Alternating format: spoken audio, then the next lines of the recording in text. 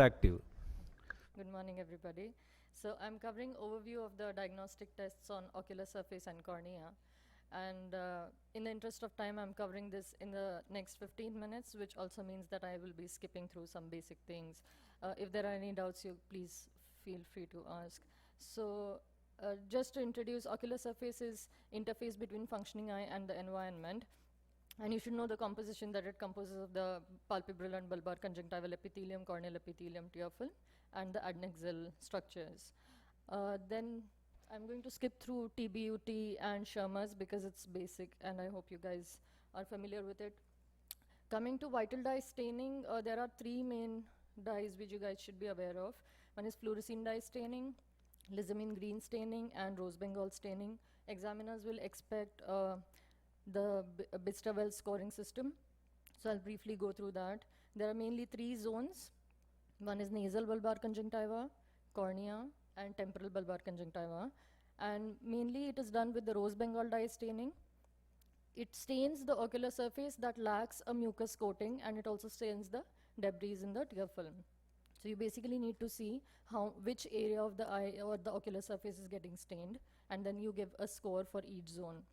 If the score is more than 3.5, then it indicates that there's a dry eye. I'm going to skip through the myopography as well. Now coming to the investigative modalities of cornea. So we'll cover corneal topography, angiosegmentosity, and specular microscopy. Coming to corneal topography first. So there is a difference between topography and tomography. Topography is a two-dimensional representation of the anterior corneal surface, and tomography is a three-dimensional representation of cornea and the anterior chamber segments. It also takes into account the posterior corneal surface and the pachymetry and things like that. Now different techniques are used for topography. One is the Placido-based topography, elevation-based topography, and ultrasound digital topography. Now we all know what a Placido disc is. So Placido-based topography is basically a reflection of the Placido disc on the anterior surface of the cornea, and then the machine gives you the topographic data based on the distance between the rings and how regular they are and things like that. But because it is a reflection-based topography, there are certain disadvantages to this system. One is that the posterior corneal surface is not taken into consideration. It's just the anterior surface which you are looking at. Secondly, like we see in the picture as well, all the areas of the cornea are not equally covered. There could be some data which is missing. Like we see here, just the central part is covered well, but the peripheral is not given. And then small degrees of abnormalities are not identifiable in this because it depends upon the Placido system and the distance between the Placido rings. And lastly, you require a healthy ocular surface in the first place for the reflection to be accurate. So if the patient does not have a healthy tear film, Placido system does not work. Next is slit scanning elevation topography. It basically combines a projection of the slit lamp system. So there's a slit of light which goes from anterior to posterior cornea, and this is combined with the Placido disc principle which we just discussed. OBSCAN usually uses this. I'm going to skip through the types of OBSCANs. Then coming to Scheimpflug principle, the principle of in this principle, the whole idea is that the optical imaging condition is such that the plane of the object is not parallel to the film of the camera, and this helps us to get a depth of focus. So you get the anterior curvature and the posterior curvature and the distance between the two because of the reflection of the light. So what all does a Scheimpflug system analyze? Along with the corneal topography data, keratometry, it gives you corneal power, pachymetry, anterior chamber depth as well, sometimes the angle size, and the lens opacification and lens thickness. Now coming to the color coding system, this becomes important in terms of interpretation in exams. So when there are cool colors like violets and blues, they are usually used to for low powers, to depict low powers. Greens and yellows are found in normal corneas. And when it goes to warm or high colors, it depicts steeper curvatures or high dioptric powers. So for example, in this particular picture, the red zone, the red figure of 8 shows that that area is steep, and the cool colors show the flat zone. Now there are two types of color coding scales which are used. One is the absolute scale and the second is the normalized scale. So in absolute scale, it is a fixed color coding system for each instrument, and there are always same colors which are used for the same dioptric steps. So if there are any subtle changes, they can be missed because the dioptric steps can be a little large, and there are large increments, so it will not show you subtle changes. But when it is a normalized scale, it kind of differentiates between subtle changes because it is a different scale for each map. So what the machine does is the minimal and the maximal dioptric values are identified, and it just grades the range of colors through minimal and maximal. So we can make out if there are smaller increments as well. Now coming to curvature maps, these maps give the curvature of the circle that touches the curve at the given point of interest. So at that particular point on the cornea, you will see how much is the curvature. There are two kinds of curvature maps. One is the axial curvature and the second is the tangential curvature, and we'll briefly see what it means. So axial curvature gives a global view of the corneal curvature as a whole. So the disadvantage is that minor variations are easily ignored in this kind of map. So if we want to see minor variations, then we look at the tangential curvature maps. It more closely represents actual curvature, because there are tangents which are given at each particular point, so it gives you minor variations as well. Then coming to refractive maps, it is usually used for measuring the dioptric powers, and it gives the cornea's actual refractive power. And it also compensates for the spherical aberrations and aspheric contour. I'm going to skip through that. Now the main topography patterns are something which you should know. A is a circular regular, B is oval. C shows you that superior steepening is there, D is inferior steepening, E is an irregular cornea like you see in corneal scars maybe, F is a symmetric bow tie pattern where you see superior and inferior steepening but it is symmetric, G is a symmetric bow tie but it has a skewed radial axis, so it is skewing on one side, it's not a figure of 8. And then H is asymmetric bow tie with more inferior steepening as compared to superior. I has more superior steepening as compared to inferior, and J again is a skewed radial axis with asymmetric bow tie pattern. Now the next is concept of Westford sphere. This is important in Scheimpflug topography. So it is very simple to understand if there is a tissue of interest which is depicted as a yellow line here, and the green line shows you the reference sphere. So if there is a Westford sphere, it is mainly a reference for you to see whether the corneal curvature is elevated or depressed as compared to this particular reference level. So for example, even in daily life when we say that Mount Everest is so and so meters high, there is a reference point from which we have measured that. So Westford sphere works on that principle. So there's a Westford sphere and that acts as a reference to which we say that the posterior curvature is elevated by these many microns or depressed by that many microns. So when it comes to color codings of anterior and posterior floats or elevation maps, if the surface is elevated as compared to the Westford sphere, it will show in the warmer colors, and if it is posterior to the Westford sphere, then it will be shown in cooler colors. Now coming to normal cornea, so this is how a normal cornea looks. It is steep in the center and flat in the periphery because normal cornea is prolate. So we'll have a central hill because as compared to the Westford sphere, the central hill goes above the Westford sphere, so you have a central yellow zone there. Then you have an annular C in blue zone because the mid-peripheral portion goes beneath the Westford sphere normally. And then you have the peripheral highlands. So this is how a normal cornea should look.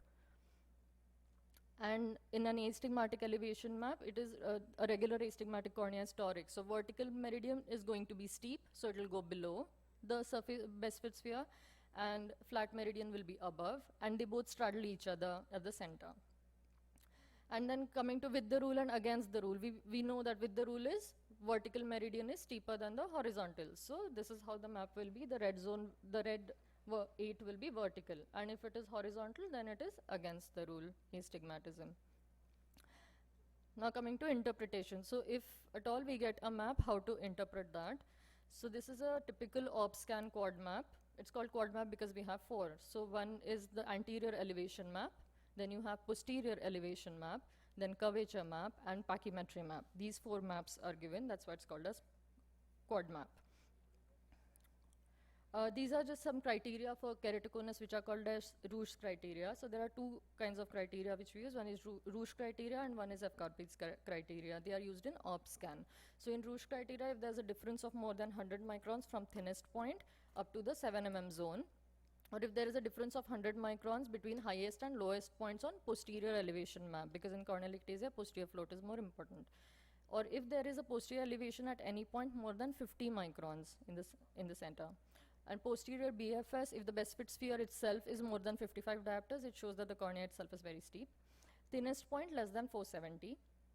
And if the highest point on posterior elevation coincides with the highest point on anterior elevation and the thinnest pachymetric point at the steepest curvature. F-Karp's criteria is simple. You see irregularity in 3 mm zone and 5 mm zone. If in 3 mm zone it is more than 1.5 diopter, it is significant. If in 5 mm zone it is more than 2.5 diopter, it is significant. So this is just an example to show. In this map, the posterior float is less than 50 microns, like we can see. Then the posterior BFS is less than 55 diopters. Irregularity, if we see, then in 3 mm zone it is less than 1.5, in 5 mm zone it is less than 2.5, and the thinnest pachymetry is also good, so we can interpret that this is a normal scan. But in this scan, if we see, then the posterior float has a posterior elevation of almost 109, there is high irregularity in 3 mm and 5 mm zone, and even the thinnest pachymetry is in 300, I think it's 326 or something. So these are all red flags for keratoconus. So we can say that this patient has keratoconus. Then these are examples of with the rule and against the rule astigmatic maps. So in this map, if we see, the anterior and posterior floats are okay. The pachymetry is fine. But when the keratometric map is seen, then we see that the red line is vertical. So there is a with the rule astigmatism because vertical meridian is steeper. And in this case, if we see, the red line on the keratometric map is horizontal. So that means the steeper axis is horizontally. The horizontal meridian is steeper. So that's why it is against the rule astigmatism. Same thing is applied in pentacam interpretation as well. So there is anterior sagittal curvature, there is anterior elevation, then posterior elevation, and pachymetric map. And there are indices given on the side. So in pentacam, these are the criteria which we see on anterior and posterior elevation. Normal is less than 12 microns on anterior float and less than 17 on posterior float. If it is between 12 to 15 or 17 to 22 on posterior, then it is keratoconus suspect. And if it is more than 15 on anterior float and more than 22 on posterior float, then it is definite keratoconus. So again, going for an example, in this map, we can see that the keratometric values are quite steep. There is inferior irregular steepening, so it's not a symmetric bow tie. Anterior elevation is more than 12, posterior elevation is more than 18, and all the 3 points are coinciding with the thinnest pachymetry. So that is a keratoconus map. This is how a normal cornea would look on a pentacam. So in the keratometric map, in the curvature map, we can see everything is yellow. That means the keratometry is fine. There is no anterior elevation. There is no posterior elevation. Everything is blue. Everything is with cool colors. And the pachymetry is fine. So this is a definite normal cornea. Now this is an example of how a steep cornea would look. Here we can see a nice symmetric bow tie on the curvature map, but there is no anterior elevation. There is no posterior elevation.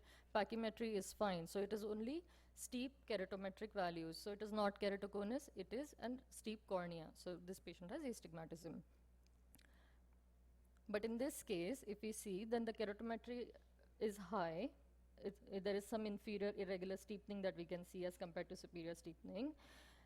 Anterior elevation is there, posterior elevation is there, and the thickness is also quite low. So this is suggestive of keratoconus. And why is this pellucid marginal degeneration? Because on the keratometric map, we can see the typical crab claw sign, or somebody said kissing pigeon sign. So that is pellucid marginal degeneration. So with this topography is done, we'll come to anterior segmentosity.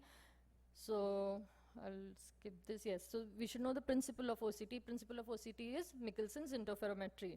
And we need to know that anterior segment OCT uses a higher wavelength, posterior segment OCT uses a lower wavelength.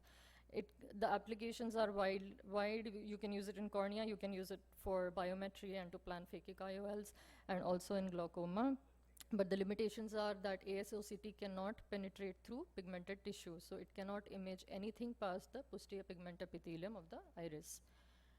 And then again, some examples of this. This is how a normal cornea would look. There's the epithelium, which appears as a hyperreflective layer, and then there's a line called Bowman's layer, and then there's stroma and endothelium. This is an example of how a LASIK flap would look. Normally in exams, when this kind of example is given, there are a lot of people who call this a Bowman's layer. But the thing is that Bowman's layer is, epithelium is 50 microns, right? LASIK flap will go beyond that. LASIK flap is somewhere around 110 or 120 microns.